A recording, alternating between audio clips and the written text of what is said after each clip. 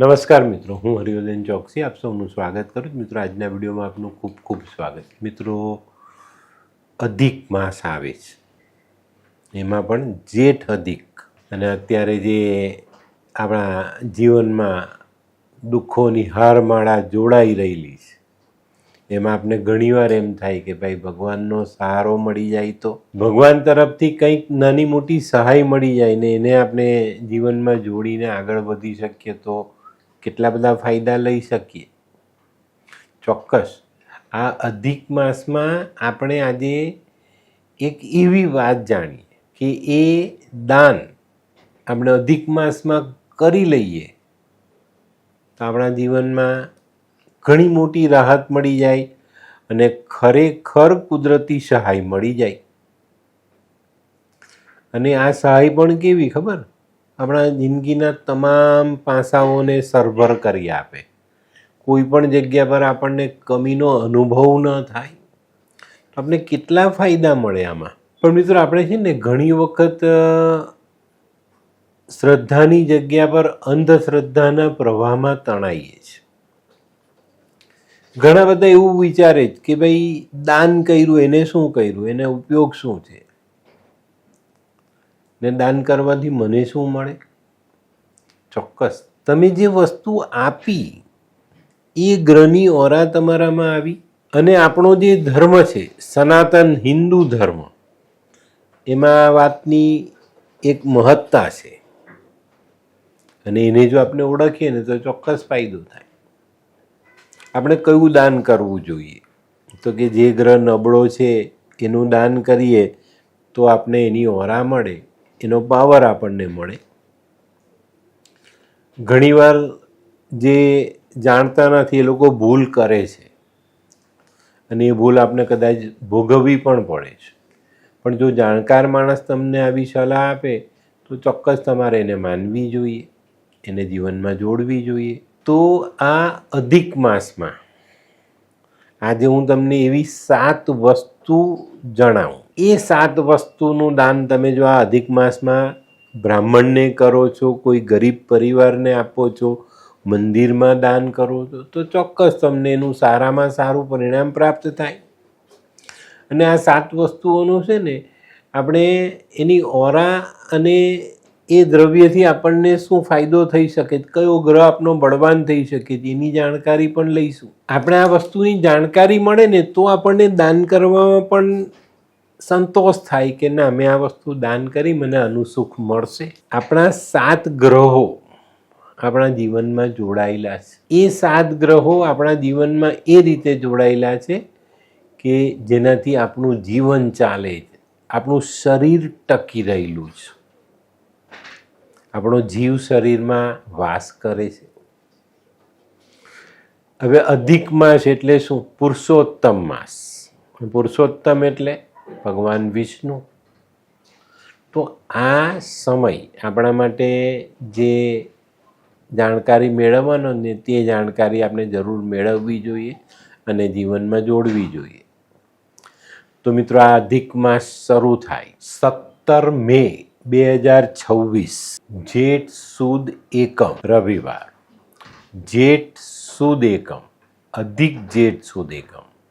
પહેલાં અધિક માસ જેઠના રૂપમાં આપણે પૂરો કરીશું ને પછી જેઠ મહિનો આવશે.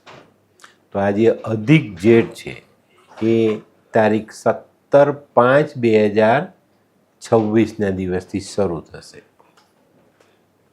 તો આ દિવસથી આપણે કઈ વસ્તુનું દાન કરીએ તો આપણા બધા ગ્રહો સરળ રહે, શાંત રહે અને જીવનમાં સુખ આપનારા સાબિત થાય. તો મિત્રો, અધિક એટલે વધારાનું, બરાબર, અને જેઠ એટલે મોટું. તો જે વધારાનો મહિનો જે છે આપણો, અને એ પણ જેઠ, એમાં સૌથી પહેલું દ્રવ્ય છે ચણાની દાળ. આ મહિનામાં ચણાની દાળ તમે દાન કરો છો તો ચોક્કસ તમારો ગુરુનો ગ્રહ કોઈ પણ દશામાં બેઠેલો મજબૂત થશે અને ઘરની સ્થિરતા આવશે. જમીનને લગતું કામ કરો છો તો વધુ સ્થિરતા પ્રાપ્ત થાય. બીજું દ્રવ્ય છે ગોળ ઘઉં. ગોળ અને ઘઉં સૂર્યની વસ્તુ છે ને સૂર્ય એ સાક્ષાત દેવ છે.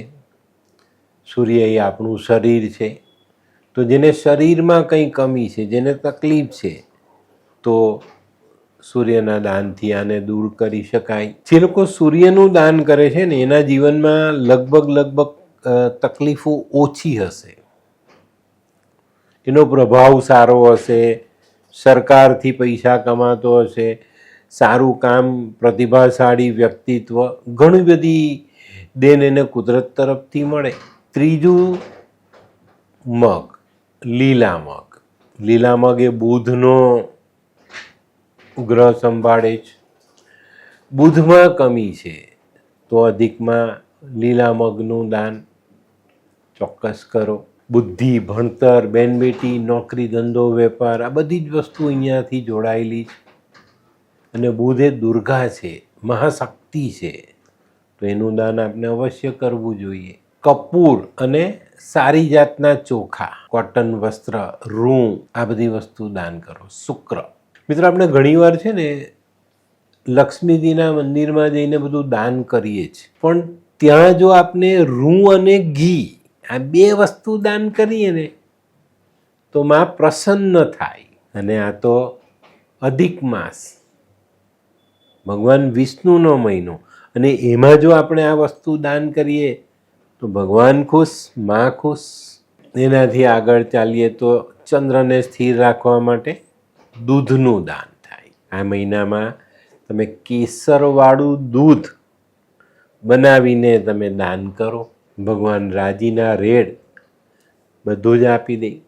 આ અધિક માસમાં દૂધની ખીરમાં કેસર નાખીને બનાવો અને બચ્ચાઓને, ભૂખ્યાઓને, ગરીબોને ખવડાવો. જિંદગી તમારી બદલાઈ જાય. કેસરવાળો ભાત બનાવીને ખવડાવો, જીવન સરસ થઈ જાય. મંગળ, મીઠી વસ્તુ, ખાંડ, મીઠાઈ, પતાસા દાન કરો, જિંદગી બદલાઈ જાય. આમાંથી કોઈ પણ એક વસ્તુ લઈ લો. હું તમને એ ગ્રહ સાથે જોડાયેલી વસ્તુ બતાવું, પણ તમે કોઈ એક વસ્તુ પસંદ કરીને દાન કરો તોય મળશે તમને. હવે આવ્યા આપણા શનિ મહારાજ. તેલનું દાન કરો આ અધિકમાં, શનિ ખુશ. અને મિત્રો, ઘણાને ખ્યાલ નહીં હોય, જેની કુંડળીમાં ગુરુ ને શનિ ભેગા હોય એને હંમેશા કુદરતી સહાય મળે. આ વસ્તુને બહુ ચોક્કસ રીતે ધ્યાનમાં લેજો. અને આ તો ભગવાન વિષ્ણુનો મહિનો, ગુરુના ગ્રહ સાથે આપણે ભગવાન વિષ્ણુને જોડેલા છે, તો એના આ મહિનામાં આપણે તેલનું દાન કરીએ તો ચોક્કસ આપણને ફાયદો થાય. તો મેં તમને અલગ અલગ દ્રવ્ય કીધા, પણ આ 7 ગ્રહની કોઈ પણ એક વસ્તુ લો, 7 ગ્રહની વસ્તુ ભેગી કરીને દાન કરો. આ 7 વસ્તુ તમે દાન કરતા જાઓ અને આ અધિકમાં આરામથી પુણ્યનું ભાથું બાંધી લો, ચોક્કસ ફાયદો થશે.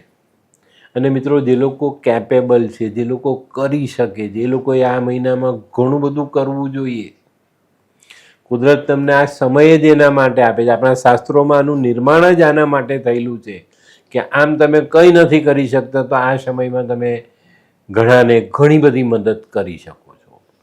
તો આ 7 ગ્રહોના દાન મેં તમને કીધા. તો આ અધિકમાં તમારે આ દાન કરવાના છે અને પુણ્યનું મોટું ભાથું આગળની જિંદગી માટે બાંધવાનું જ, બરાબર? તો મિત્રો, આ અધિક માસનો સંપૂર્ણ લાભ આપણે આપણા જીવનમાં જોડી લઈએ, બરાબર? તો આજનો વિડીયો ગમ્યો તો લાઈક કરો, શેર કરો, યુટ્યુબ જોનારા શેર કરે અને સબસ્ક્રાઈબ કરે. હું હરિવર્ધન ચોકસી આપ સૌની રજા લઉં. ફરી મળીએ નવા વિડીયોમાં નવી જાણકારી સાથે. તો ચાલો બદલીએ જી. નમસ્તે.